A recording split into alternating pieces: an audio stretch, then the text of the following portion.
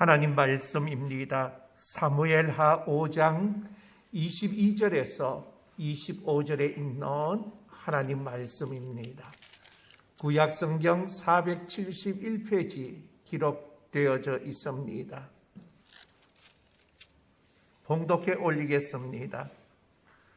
블레셋 사람들이 다시 올라와서 르바임 골짜기에 가득한지라 다윗이 여호와께 여쭈니 이르시되 올라가지 말고 그를 뒤로 돌아서 뽕나무 숲을 맞은편에서 그들을 기습하되 뽕나무 꼭대기에서 걸음 걷는 소리가 들리거든 곧 공격하라.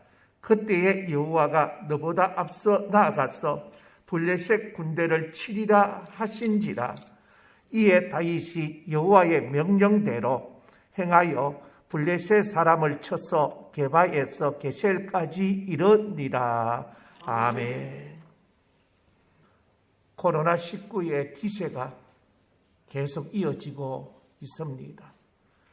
마음에 염려가 되어집니다. 많은 분들이 한결같은 말씀을 하십니다. 예배하는 것이 얼마나 귀한 줄 깨달았다고 얘기하시는 분들의 소리를 들어봅니다. 자유를 누리지 못한 채 신앙생활하는 이들이 많은데 그동안 우리는 교회에서 모여서 예배할 수 있었음이 감사했습니다. 성경은 모이기를 피하지 말고 힘써 모이라고 했습니다. 성도들이 연합하고 동거함이 선하고 아름답다고 했습니다. 하루빨리 온전히 힘써 모일 그날이 오도록 믿음의 연합을 이룰 그때가 오도록 저와 여러분이 힘써 기도해야 합니다. 교회는 교회대로, 성도들은 성도대로 이 어려움을 이겨내고 믿음을 지켜야 합니다. 박해 때에 땅굴에 들어가 살면서 담대하게 믿음을 지켰던 선인들을 생각하며 승리해야 합니다. 언제 예배를 드릴 수 있습니까? 하고 물어보고 예배 드렸습니까? 권력 있는 자에게, 권세 있는 자에게 우리 교회가 언제 예배 드릴 수 있습니까?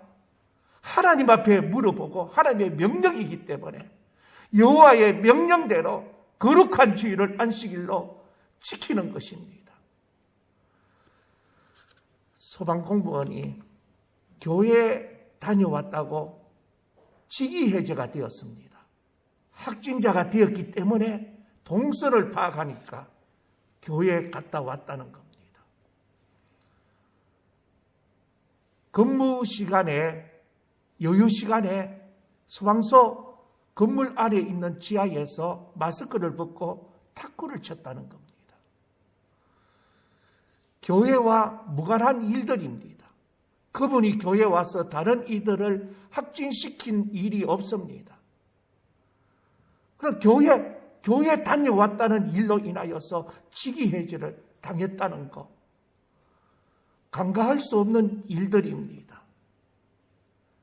서울 경기 지역이 2.5단계입니다. 경주 포항 지역을 단계별로 조금 확진자가 많이 나올 때에 경주 포항 지역만 거리 띄우기에 있어서 지역의 퍼센트를 조금 높였습니다. 그러나 지방은 2단계입니다. 17일부터는 어떻게 하든지 항의의 요소들을 잠잠하기 위해서 소상공인들을 이렇게 조금 문을 열 수 있도록 장사를 할 수 있도록 여유를 베푼다고 얘기합니다. 교회는 어떻게 될까? 한국교회연합회에서 총리와 만나서 이틀 전에 대화를 나누었습니다. 단호하게 안 된다고 얘기합니다. 안 된다고. 교회는 안 된다고. 왜 교회는 안 되느냐? 신천지로부터 시작해서 3차 유행의 인터콥에 대한 문제가 전국적으로 확산되어져 있다고 얘기합니다. 미국에서 확진자가 지금 난무하고 있습니다. 주 정부에서 교회를 폐쇄시켰습니다. 그러나 연방 정부에서 어떠한 위험 요소보다도 하나님 앞에 예배하는 일에 있어서는 어떻게 제재할 수 있는 법이 없다고 얘기했습니다. 하나님 앞에 예배하는 일만큼은 정부에서 제재할 수 없다고 얘기합니다. 아쉬운 마음이 많습니다. 목사가 설교할 때에 정치적인 설교를 해서는 안 된다고 제 개인적인 생각이 있습니다. 교인들과의 대화할 때도 가급적 정치적인 대화를 하지 않기를 그렇게 마음에 늘 염두에 두고 목회 생활을 해왔습니다. 집에 들어가서 사택에서 이불 덮으시고 아내와 함께 열띤 토론을 할 때가 많습니다. 부부가 함께 오래 살다 보니까 내 생각이 아내 생각입니다. 아내 생각이 내 생각이 되었습니다. 우리 대한민국에 정치하시는 분이나 우리 모두 다가 한 민족이 같은 생각으로 코로나19의 위기를 돌파했으면 얼마나 좋을까 하는 생각을 가지고 기도하게 되었습니다. 하나님 앞에 안식일을 거룩하게 지키라 했으니 예배하는 일에 있어서는 정부의 방침에 따라서 하시도 되지만은 예방수칙에 있어서는 교회에서 철저하게 따라줬으면 좋겠다 하는 이러한 의논과 대화가 서로 지속되어져서 합리적인 방법 속에서 이루어졌으면 참 좋지 아니할까. 저는 기도합니다. 그리고 장로님들과 의논하면서도 저의 생각이 하나님의 생각이라 하면서 따라오시는 우리 당회의원, 앞으로 17일 이후에 단계가 좀 풀리면 어떡할까? 함께 예배해야죠. 그러나 그렇게 쉽게 풀리지 아니할 거라고 생각합니다. 그럼 어떻게 할까? 3단계에 올라간다 할 때는 어떻게 할까? 우리 의국교회는 어떻게 할까? 새벽에 기도하다가 하나님께서로부터 응답받고 지혜를 얻었습니다. 우리 성도님들은 카타콤 같은 예배를 드릴 수 있을 것이다. 제 말씀에 잘 따라올 것이다. 안식일을 거룩하게 지킬 수 있는 영적인 방법을 기도하는 가운데 저는 이렇게 하면 되겠다 하는 생각을 가졌습니다. 오늘도 주일 새벽은 개인 기도입니다. 그렇지만은 시간 되어서 이 추운 새벽에도 다 나오셨습니다. 나오면 어떡합니까? 목사는 새벽에 나왔습니다. 함께 같이 기도했습니다. 자유롭게 기도하다가 돌아가십니다. 3단계에 올라가고 예배에 대한 압박이 계속 가할 때에 저는 하나님 말씀에 근거해서 안식일에 있어서 거룩하게 지켜야 한다고 생각합니다. 권세 있는 자들이 강압적으로 권력의 힘을 가지고 교회를 폐쇄시키려고 할 때도 저는 얼마든지 안식일을 거룩하게 지킬 수 있는 지혜를 하나님 앞에 얻었습니다. 여러분의 신앙의 마음이 중요합니다. 111년의 역사와 믿음의 아름다움이 있는 의국교회입니다. 물론 선조들이 일제시대의 신앙의 생활 속에서 많은 어려움이 있었습니다. 의국교회가 이전의 기록을 살펴볼 때에 일제시대 때 문을 닫았다는, 교회당이 폐쇄되어지고 예배를 드리지 못했다는 기록을 누군가로부터 들은 적이 있습니다.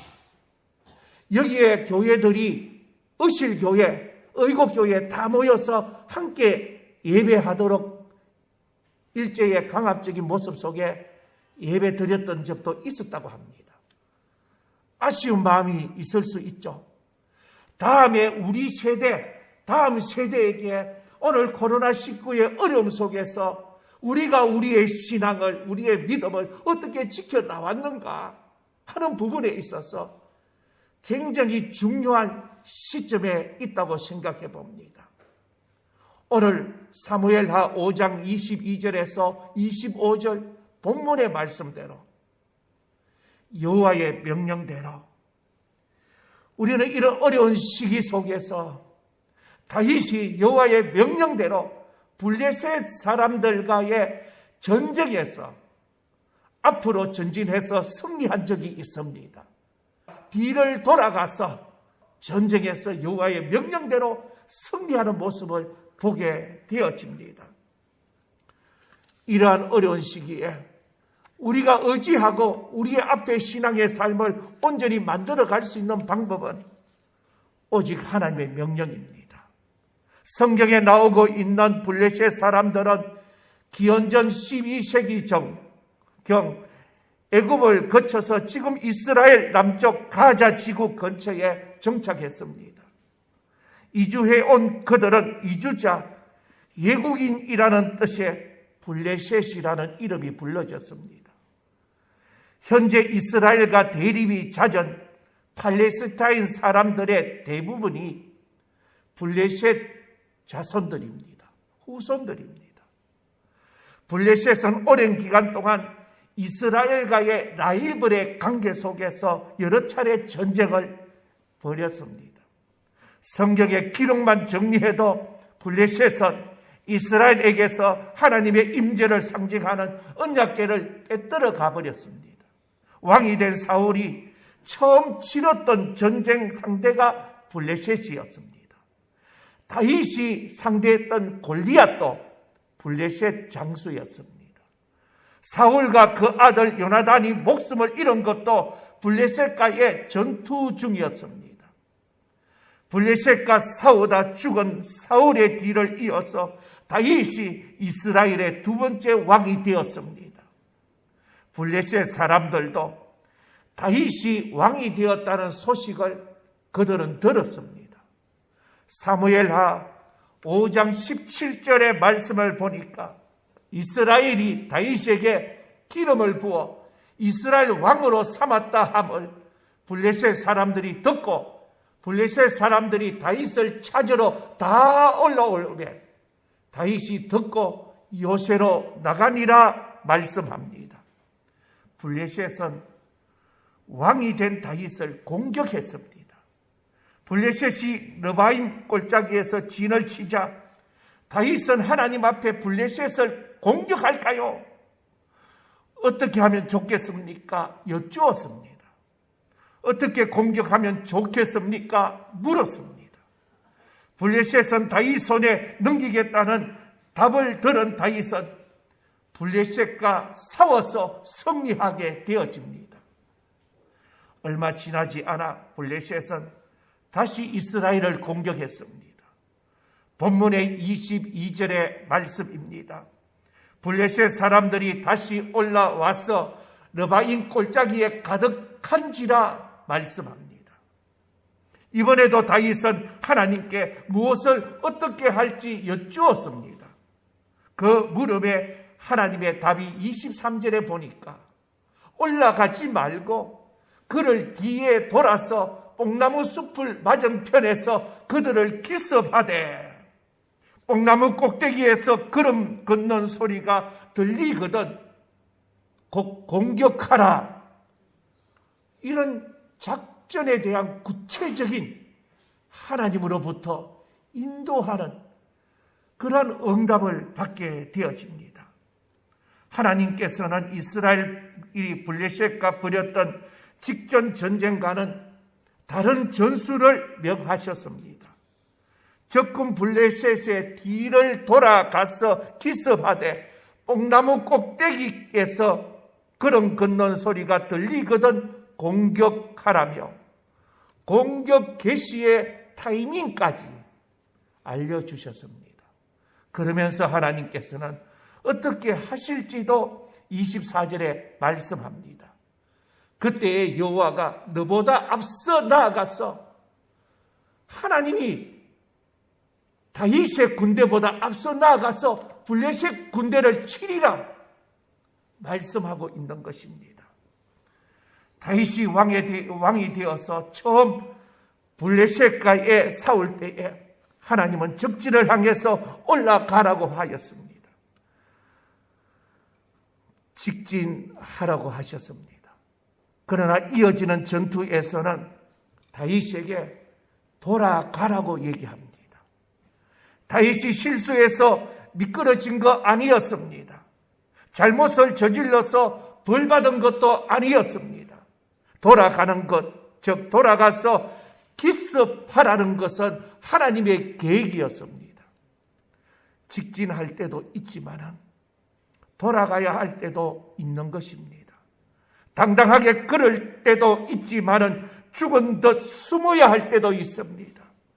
금방 문제가 해결되고 결과가 곧바로 나올 때 있지만 하나님이 신호를 주실 때까지 만약 숨어서 쥐죽은 듯 기다려야 할 때도 있습니다. 돌아가는 것은 불편합니다. 그것이 하나님의 뜻이라면 돌아가야 합니다. 기다려야 합니다. 받아들여야 합니다.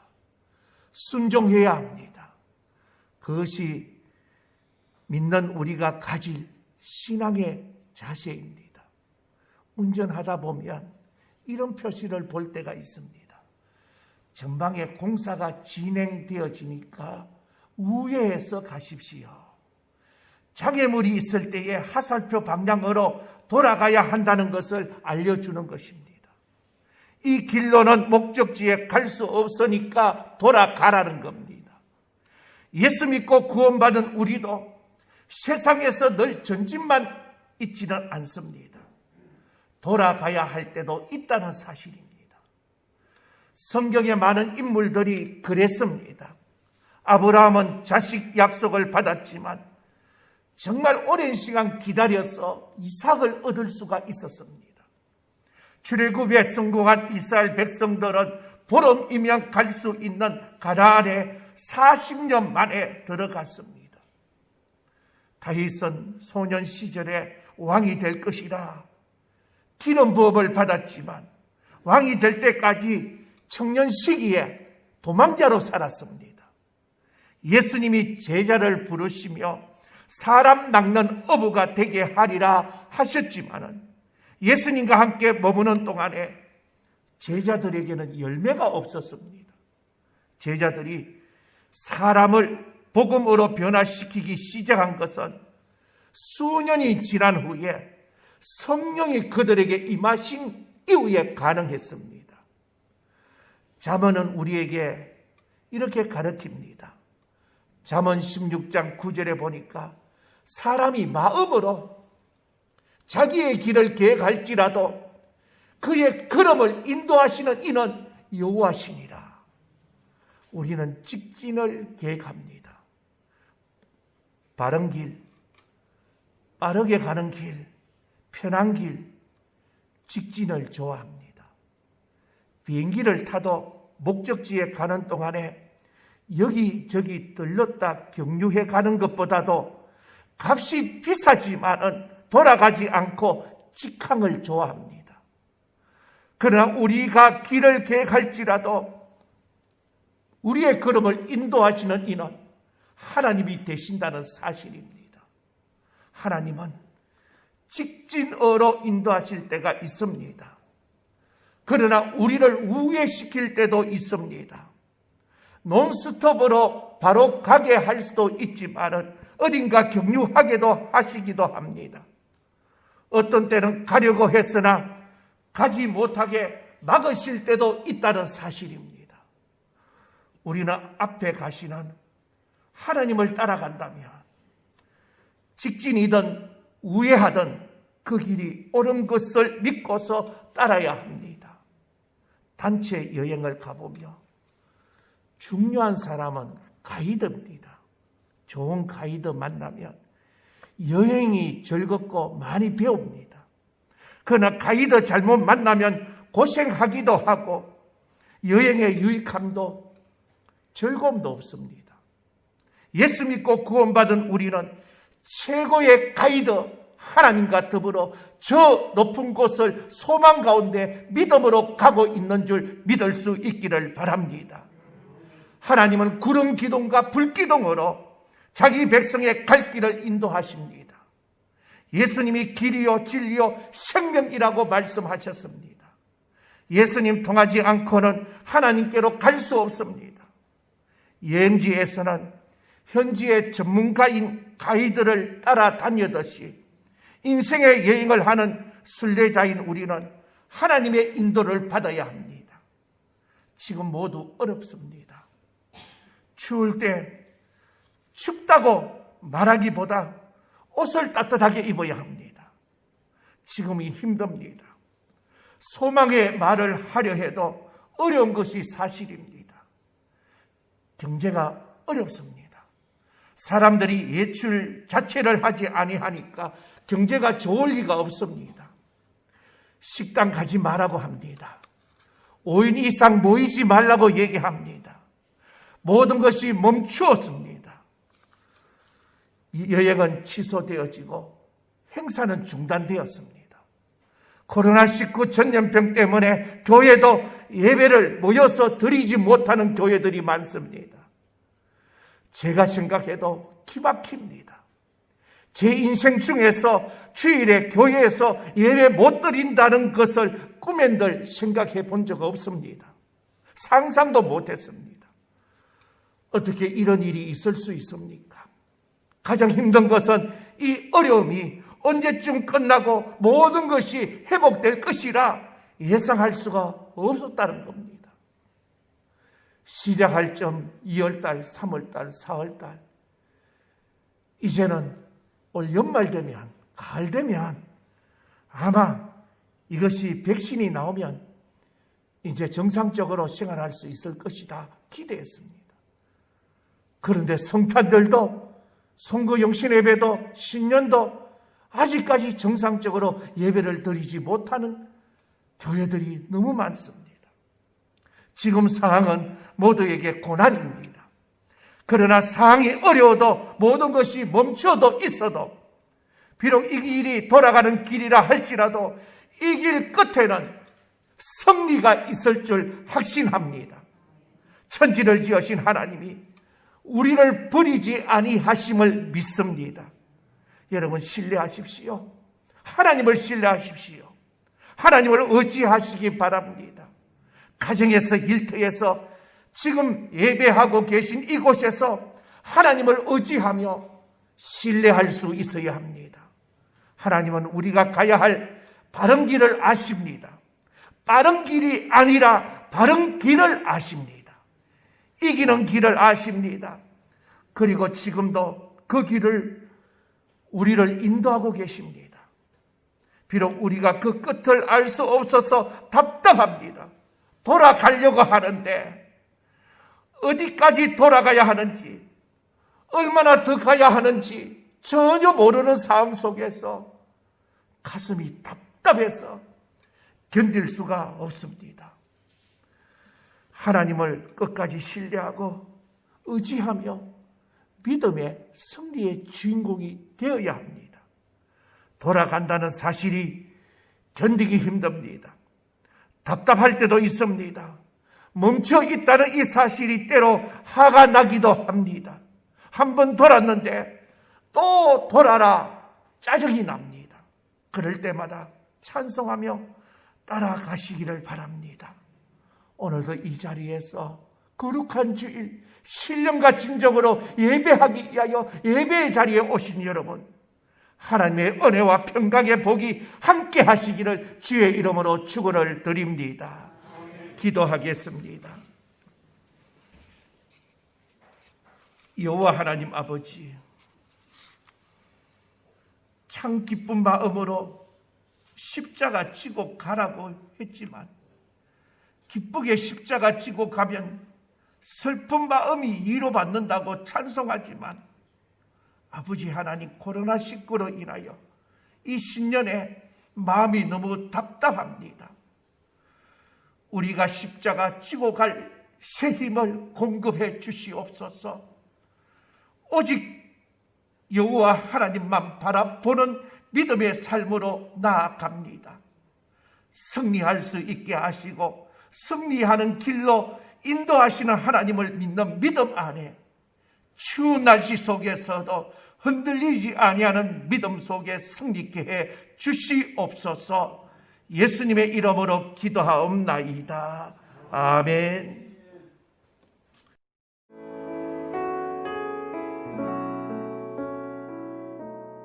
안개 속에서 주님을 보내 아무도 없을 것 같던 그곳에서 손 내미셔서 나를 붙드네 길 잃고 쓰러져가던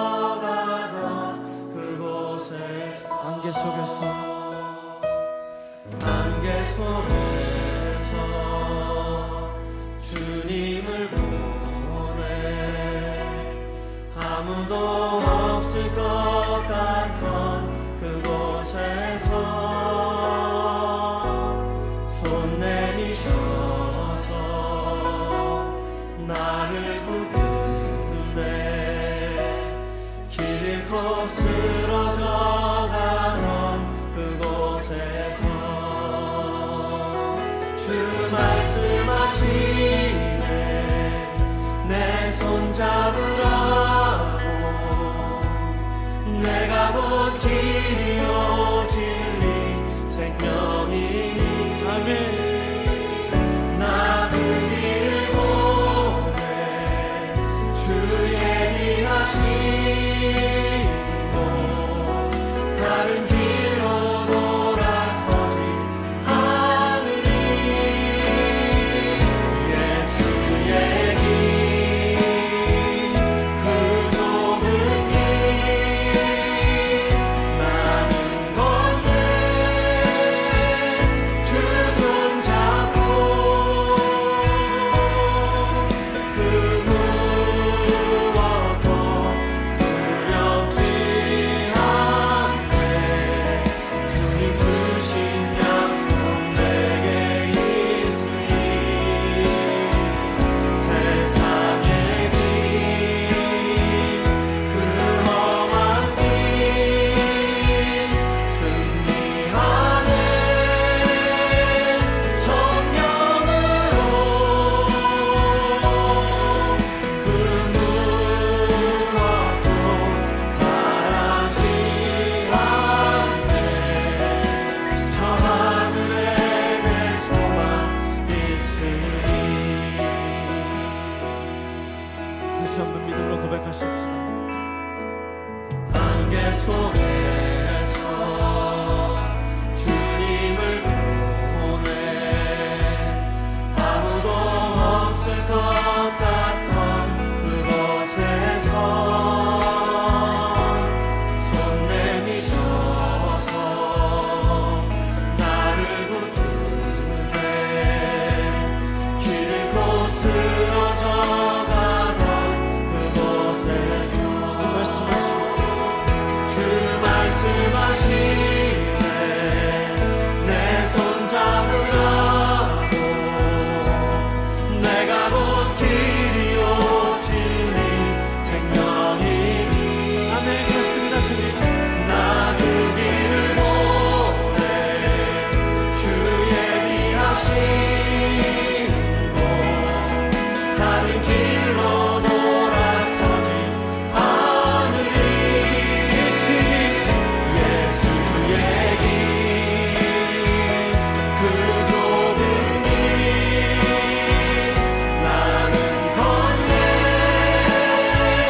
주 손 잡고